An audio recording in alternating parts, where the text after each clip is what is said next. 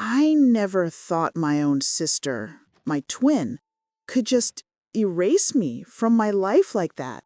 But it happened. Imagine, I walk into the church for my wedding, and there she is, her, in my dress, with my fiancé at the altar. And all the guests are smiling, thinking it's me. My heart shatters. The world crumbles. But let's start from the beginning, because this story isn't just drama, it's a lesson on how betrayal can become your best motivator. It all goes back to our childhood, where the seeds of jealousy were planted long before I even realized it. My name is Emma, and I have a twin sister, Leah. We were born in a small town called Willow Creek, nestled in the rolling hills of the Midwest, where everyone knew everyone else's business, and twins like us were a novelty. People would stop us on the street cooing over how identical we were. Same chestnut hair that fell in soft waves to our shoulders, piercing green eyes that sparkled with mischief or determination, depending on who you asked. Even that tiny mole on our left cheek, perfectly mirrored. It was like looking into a living reflection.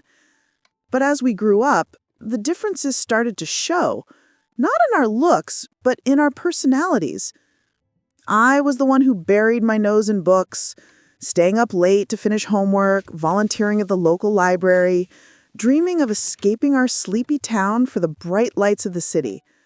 I wanted to make something of myself, to build a career that would take me places, literally and figuratively.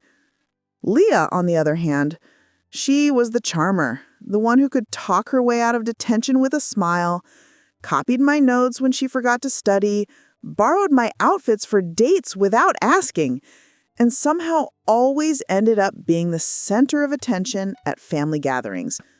Our parents, Mom with her warm hugs and Dad with his quiet pride, they adored her for being the fun one, the life of the party, while I was labeled the responsible one, the reliable Emma, who never caused trouble. It stung sometimes, like when I'd come home with straight A's and Leah would get a praise for a C because she tried. But I told myself it was just sibling stuff. Twins are supposed to balance each other out, like yin and yang. Or so I thought. We shared everything growing up, from clothes to secrets, whispering late into the night about boys and dreams. I confided in her about my fears of failure, my hopes for the future, and she seemed to listen. But looking back, maybe she was just filing it all away for later. High school flew by in a blur of exams and extracurriculars for me, while Leah partied and dated.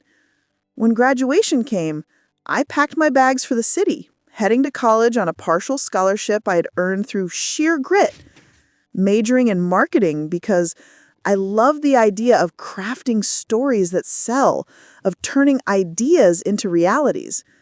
The city was overwhelming at first, the noise, the crowds, the endless opportunities.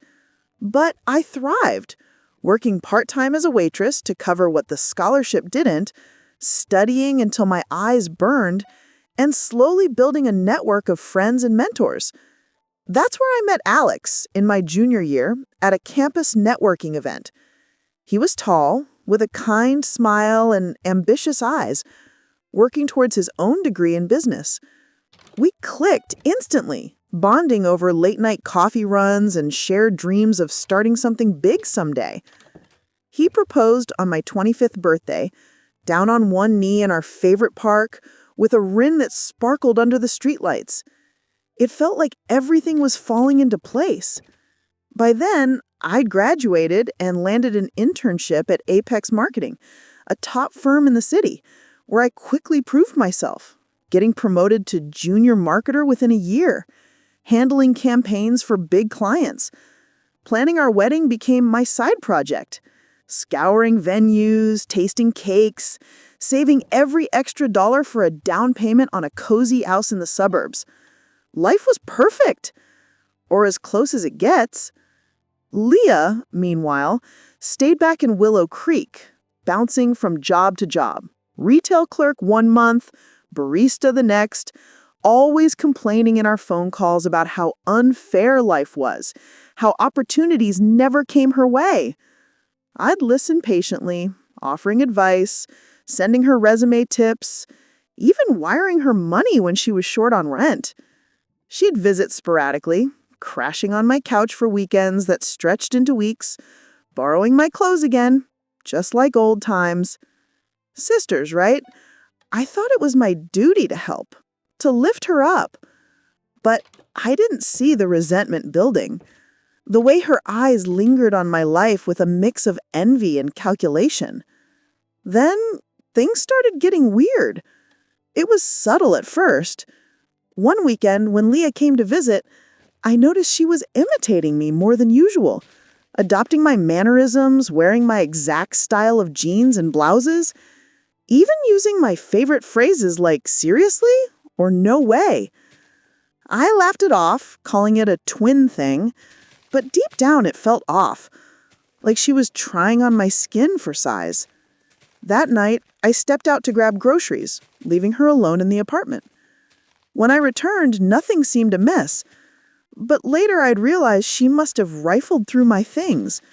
My laptop left slightly askew, my email open, my passwords perhaps glimpsed. I didn't suspect a thing, chalking it up to paranoia.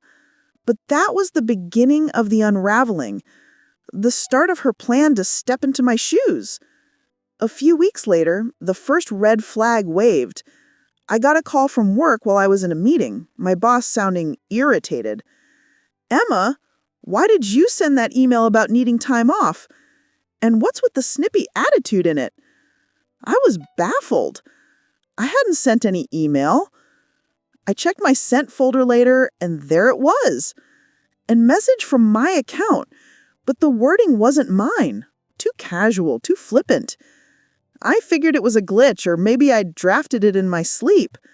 But then Alex started acting distant, canceling plans, saying things like, "You seem different lately, more adventurous or something." I brushed it off as pre-wedding jitters. We were both stressed with the planning, the invitations, the guest list drama. But the real bomb exploded on the eve of our rehearsal dinner. I decided to surprise Alex by coming home early from work, arms full of takeout from our favorite Thai place. But as I turned the key, I heard laughter from inside. Female laughter, mixed with his. My stomach dropped. Pushing the door open, there was Leah, in my apartment, wearing my favorite dress, the one I'd saved for special occasions. And she was kissing Alex. Not just a peck, but full on. Passionate, like they were lost in each other. My world stopped spinning. The bag slipped from my hands, spilling food across the floor. "What the hell?" I screamed, my voice breaking the moment. Alex jumped back, his eyes wide with shock. "Emma, wait, but you're," he stammered, looking between us. Leah turned slowly, her face a mask of feigned surprise. "Oh, Emma, this isn't what it looks like." But it was exactly what it looked like. Turns out, Leah had been pretending to be me for weeks. She had hacked into my email using passwords she had guessed or stolen that night, texted Alex from a burner phone posing as me, telling him I needed space but wanted to spice things up in our relationship, suggesting secret meetups where she'd show up instead, flirting, seducing, sleeping with him, all while I was buried in work deadlines. And Alex, poor confused Alex, he thought it was some elaborate role play I'd initiated. "You mentioned a twin fantasy once," he said later, crumbling. "I thought it was us experimenting, keeping things exciting before the wedding." I felt sick to my stomach, the betrayal hitting like a freight train. Not just from him, but from her, my own sister. How could she? But the nightmare didn't end there. Oh no! Leah had gone further. the very next day, while I was still reeling, trying to process, she showed up at my job, dressed as me, hairstyled the same, makeup identical, and she quit on my behalf. Told my boss I was burned out, overwhelmed with wedding plans, and had a better opportunity lined up elsewhere. She even forged a resignation letter using my signature she had practiced. By the time I rushed to the office, frantic, tears streaming, security was waiting. Miss Emma already left earlier, they said, escorting me out like I was the intruder, the imposter in my own life. It was surreal, humiliating. I called Leah that night, confronting her in our parents' house where she had fled. She just smirked through the phone. You always had everything handed to you.